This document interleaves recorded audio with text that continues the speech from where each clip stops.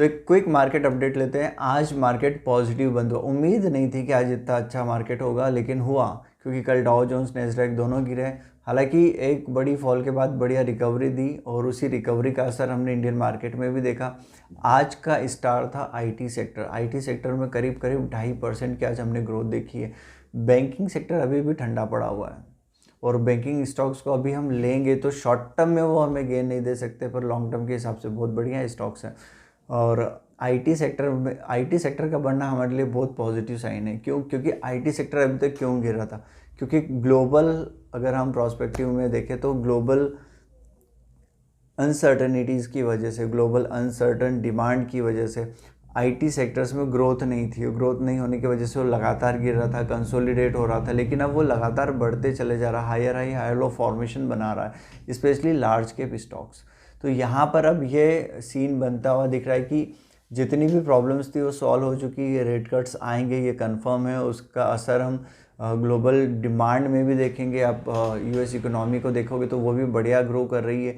इन सभी बातों के मद्देनज़र आईटी सेक्टर जो लगातार बढ़ रहा है। वहीं पे प्राइवेट सेक्टर के बैंक में मार्जिन की प्रॉब्लम चल रही है और वो मार्जिन भी जैसे रेट कट्स आना शुरू हो जाएंगे वो प्रॉब्लम सॉल्व हो जाएगी और वहाँ से हम देखेंगे कि प्राइवेट सेक्टर के जो स्टॉक्स हैं वो बहुत तेज़ गति से आगे बढ़ेंगे। अब हम बात करते हैं स्मॉल कैप मिड कैप की। देखो, small cap mid cap autos, government sectors, ये अभी भी बहुत बढ़िया परफॉर्म कर रहे हैं, लेकिन यहाँ पर एक कंसोलिडेशन की रिक्वायरमेंट है। अब क्योंकि ये सेक्टर ऐसे जो बढ़िया परफॉर्मेंस दे रहे हैं, सबसे फास्ट पैसा इन्हीं सेक्टर से बन रहा है, तो हम जब भी कोई स्टॉक चूज़ करें तो ऐसे टाइम पे कुछ बातों का ध्यान देना चाहिए। वो आपको हमेशा एक अच्छा रिटर्न देंगे, रिस्क टू रिवॉर्ड रेशो आपके फेवर में होगा और आपको बढ़िया रिटर्न मिल सकता है। या इवन आप ट्रैप भी हो रहे तो आपको छोटा ही रिस्क रहेगा। हमने पिछले कुछ दिनों में जो सेक्टर्स बताए थे, केमिकल सेक्टर, उसके बाद पीएसयू बैंक्स, रेलवे और असेट मैनेजमेंट कंपनीज, इन सभी में कॉमन बातें थी। वो ये थी कि ये बड़े कंसोलिडेशन के बाद निकले। 3 से 4 महीने पहले जो उन्होंने हाई बनाया था, ऑल टाइम हाई या फिर 52 वीक हाई, वहाँ से ये गिरते हैं, गिरने के बाद ये वापस बढ़ते हैं और इन बिटवीन ये 4 महीने, 5 महीने, 6 महीने बिता चुके होते हैं और वहाँ से ये जब ब्रेकआउट देते हैं तो बहुत तेज़ गति से बाहर निकलते हैं। वहाँ पर आपका रिस्क भी देखो बहुत कम था। आपका स्टॉप लॉस 4%, 3% या 5% का ही होता। लेकिन जब उन्होंने रिटर्न दिया तो रेलवे स्टॉक डबल हुए हैं, 50%, 60% तक गए। यानी आप अगर सिर्फ 5% का रिस्क भी लेके चलते हैं तो आपको 50% तक का रिटर्न मिल जाता है, यानी 1:10 हो गया। अगर आप असेट मैनेजमेंट कंपनी में आप मोतीलाल ओसवाल देख लो, टाटा इन्वेस्टमेंट देख लो, केयर रेटिंग्स देख लो, सभी ने बढ़िया रिटर्न दिया। इन सभी में आपका लॉस कितना हो सकता था? मैक्सिमम 5%, 4% का, लेकिन उन्होंने 20 से 40% का रिटर्न दिया। तो यहाँ अगेन वही बात हो गई कि आपको देना कितना था? 4%, पर मिलने की अपॉर्चुनिटी कितनी थी? 20% या 30%। तो वही 1:5, 1:6 के आसपास आप जाते हो।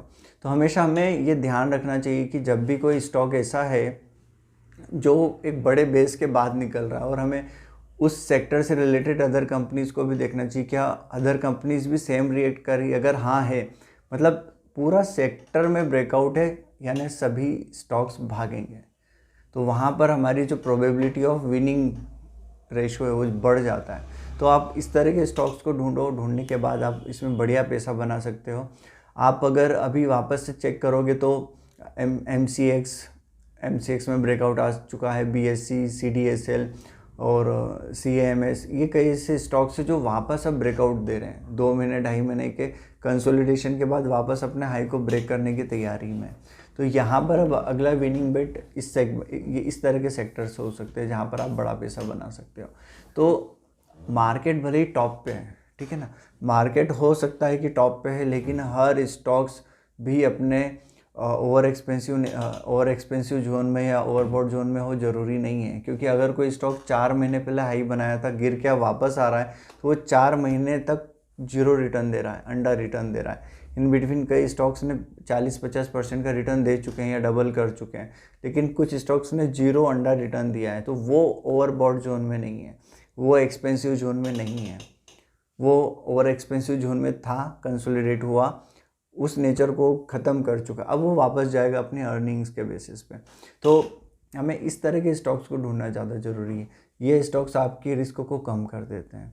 अब हम आगे बात करते हैं। हाँ, पिछले 2 दिनों में तो पूरे इन्वेस्टमेंट कम्युनिटी में, पब्लिक में पेटीएम का ही हो हल्ला है कि ये हो क्या गया भैया एकदम से। और देखेंगे आप कि 2 दिनों में 40% गिर गया स्टॉक।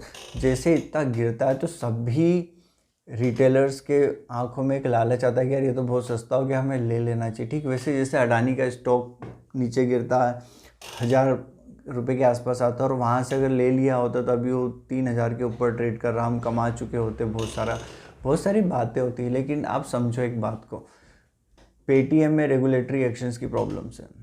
अगर उन्हें लाइसेंस वापस से नहीं मिला तो किसी काम का नहीं, उनका बिजनेस मॉडल फेल्यूर हो जाएगा। तो अब ये स्टॉक पूरी तरह से न्यूज़ बेस्ड स्टॉक हो चुका है। एक कुछ न्यूज़ आएगी, अगर वो पॉजिटिव है तो एकदम से भागेगा, फिर कोई न्यूज़ आएगी वो नेगेटिव है तो नीचे गिर जाएगा। ऑलरेडी एक वो लॉस मेकिंग कंपनी है, ऑलरेडी वो बहुत एक्सपेंसिव है, तो हर तरफ से हर पैरामीटर में वो नेगेटिव है। अब ऐसी सिचुएशन में अगर हम ले भी लेते हैं तो हो सकता है आज आप लेते हो तो 5-6% कमा लेते हैं, लेकिन हो सकता है कल वापस गिर जाएगा तो फिर क्या। तो इस तरह की प्रॉब्लम इसमें आती रहेगी। तो बेटर ये है कि इस तरह की कंपनियों को हम दूर रखें, क्योंकि आपके पास देखो बहुत ऑप्शन है। रोज़ 2600 स्टॉक शेयर ट्रेड होते हैं, 2600 में आपका वाला भी है। आपको अल्टीमेटली रिटर्न से मतलब है, आपको सिर्फ पेटीएम से कमाना ऐसा नहीं है। आपको तो पैसा लगा के पैसे से पैसा बनाना है। अब वो पेटीएम से आए, जोमेटो से आए या किसी और कंपनी से आए, हमें पैसा आना चाहिए। तो आप सभी से मेरी ये रिक्वेस्ट है कि ऐसे कोई भी स्टॉक जो न्यूज़ बेसिस चल रहे हैं उनमें न फंसें, बिल्कुल ना फंसें। कि हो सकता है कि अच्छा हो जाए, हो सकता है पे हम नहीं चलते। अगर अच्छा ऑलरेडी किसी कंपनी में हो रहा है तो वहाँ पे थोड़ा कंपेरेटिवली कम पैसा बनेगा, पर कंसिस्टेंट बेसिस पे बनेगा। गलती से आप अगर टॉप पे ख़रीद भी लोगे तो हो सकता है कुछ महीनों बाद वो वापस ऊपर आ जाए, लेकिन वो ऊपर आ जाएगा। लेकिन आप एक ऐसी कंपनी को ख़रीद लोगे जिसमें बहुत सारा कर्जा है, उसकी अर्निंग्स के पते नहीं है, वो एक बार नीचे चले गया तो सिर्फ नीचे चले गया, फिर आप उसको वापस ऊपर नहीं बढ़ा सकते, आप फंस जाओगे। यस बैंक जिसने 400 पे ख़रीदा होगा, 500-600 पे ख़रीदा होगा, 200 पे ख़रीदा होगा, अब वो न जाने कब वापस आएगा भाव। लेकिन वो एक बार हो गया तो हो गया, डन हो गया।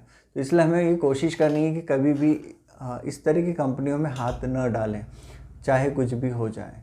तो आज के लिए सिर्फ इतना ही। आप सभी से रिक्वेस्ट है कि हाँ, वीडियोस को like share subscribe like share करें, कमेंट करें, और यूट्यूब चैनल को सब्सक्राइब भी करें।